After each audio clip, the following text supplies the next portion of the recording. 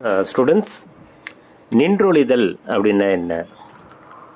அதாவது வெண்பாஸ்பரஸ் இருக்குது பார்த்தீங்களா, அது இருளில் வச்சா கூட ஒளிரும்.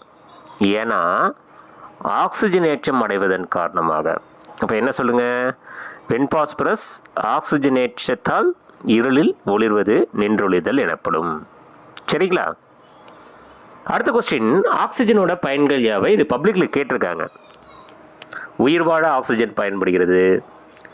திரவ ஆக்சிஜன் ராக்கெட் எரிபொருளாக பயன்படுகிறது. இந்த 2 பாயிண்ட் சொன்னால் போதும். அடுத்தது ஹோம்ஸ் முன்னறிவிப்பான். இது என்ன சொல்லுங்க? 3 பாயிண்ட். கப்பலுக்கு வழிகாட்டியாக பயன்படுது. இதில் கால்சியம் கார்பைடு அப்படின்னு ஒரு பொருள் வச்சுருப்பாங்க ஒரு பெட்டியில். Calcium phosphide, calcium carbide. Calcium carbide நீரில் சேர்ந்து ரெட் கலரில் எரியக்கூடிய அசிட்லீனை உருவாக்கும், C2H2. கால்சியம் பாஸ்பைடு நீரில் சேர்ந்து புகையை உருவாக்கக்கூடிய பாஸ்பின் கேஸை உருவாக்கும்.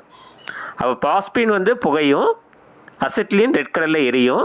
அது கப்பலுக்கு வழிகாட்டியாக பயன்படுது. சரிங்களா?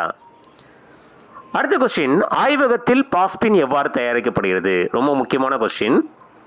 இந்த பாஸ்பின் பார்த்தீங்கன்னா அழுகிய மீனின் மனமுடையது, rotten fish odour. P4 plus 3 NaOH plus 3 H2O gives sodium dihydrogen phosphate 3 NaH2PO2 plus phosphate.